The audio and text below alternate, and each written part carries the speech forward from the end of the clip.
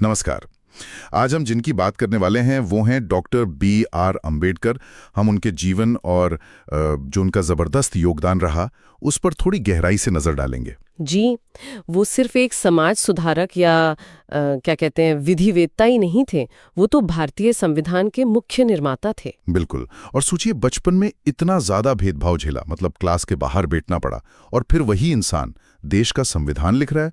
कमाल है। हाँ, और ये जो उनके व्यक्तिगत संघर्ष थे ना, खासकर वो रोज का जाति वाला भेदभाव, हाँ, वही चीज सीधी उनकी प्रेरणा बनी कि संविधान में बराबरी, आजादी, इंसाफ ये सब बस कहने की बातें ना हो। सही।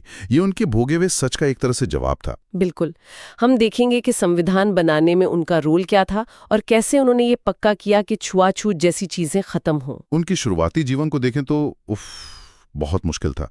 स्कूल में अलग बैठना पड़ता था, पानी अलग बर्तन से पीना। हाँ, वो कहानियां तो रोंगटे खड़े कर देती हैं। लेकिन इसके बावजूद देखिए उनकी लगन। कोलंबिया यूनिवर्सिटी, फिर London school of economics, doctorate की डिग्रियां ली उस जमाने में। जी, और ये बात बहुत जरूरी है कि उनकी पढ़ाई सिर्फ डिग्री लेना नहीं थी, ये एक हथियार था उनके लिए, अन्याय के खिलाफ लड़ने का जरिया। सशक्तिकरण का साधन, है ना? बिल्कुल। उनकी एक थीसिस तो भारत में जाति व्यवस्था पर ही थी। उसका असर उनके बाद के काम पर साफ दिखता है। और हाँ, उन्हें अपने दलित अधिकारों की मांग के लिए जो विरोध झेलना पड़ा ऊंची जाति के नेताओं से, वो भी कम नहीं था। और फिर संविधान सभा, वहां भी ये लड़ाई जारी रही होगी। मेरा मतलब है सब लोग शायद एकमत नहीं होंगे। हाँ, बिल्कुल। प्रारूप समिति के अध्यक्ष तो वो थे ही, पर सबसे अहम था बहस करना, समझाना। उन्होंने ये पक्का किया कि समानता, स्वतंत्रता, न्याय ये सिर्फ कागज पर न रह जाए। सही कहा। और इसका सबसे बड़ा सबूत अनुच्छेद 17। हाँ, अस्पृश्यता का अंत। बिल्कुल। कानूनी तौर पर छुआछूत खत्म। ये सिर्फ कानून नहीं था, ये सदियों पुरानी एक सामाजिक बुराई पर सीधी चोट थी। और मौलिक अधिकार, वो भी तो उन्होंने ही सुनिश्चित करवाए हैं, हर भारतीय के लिए। जी हाँ, और ये उस समय के हिसाब से सोचे कितने क्रांतिकारी कदम थे।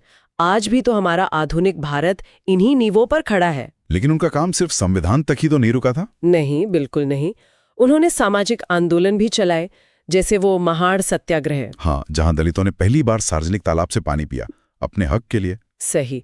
फिर इंडिपेंडेंट लेबर पार्टी बनाई, और आखिर में हिंदू धर्म की जो जाति व्यवस्था थी उसके विरोध में उन्होंने बौद्ध धर्म अपना लिया। हाँ, और ये सिर्फ धर्म बदलना नहीं था, मेरे ख्याल से ये जाति व्यवस्था को पूरी तरह से नकारने का एक बहुत शक्तिशाली प्रतीक था। आज भी लोग उन्हें याद करते हैं, शोषितों की आवाज के रूप में, सामाजिक न्याय के प्रतीक के तौर पर। जी, उनकी विरासत सिर्फ इतिहास नहीं है, वो आज भी प्रेरणा देती है, लगातार। तो इस पूरी बातचीत का सार क्या निकलता है? हमने देखा कि डॉक्टर अंबेडकर का जीवन कैसा था, मतलब जमीन से उठकर देश का संविधान बनाना तक का सफर। हाँ, असाधारण। उन्होंने सिर्फ कानून नहीं बनाया, बल्कि भारत का जो सामाजिक और कानूनी ढांचा है उसमें बराबरी और इंसाफ के मूल्यों को स्थापित किया। और ये हमें आज सोचने पर मजबूर करता है कि जो संवैधानिक मूल्य उन्होंने स्थापित किए वो आज कितने प्रासंगिक हैं। हाँ, ये एक जरूरी सवाल है। सामाजिक बराबरी के लिए उनका जो संघर्ष था, उससे हम आज क्या सीख सकते हैं, इस पर सोचना जरूरी है कि ये बुनियादी सिद्धांत आज भी हमारे समाज को कैसे दिशा दे रहे हैं और कहाँ हम अभी भी शायद पीछे हैं।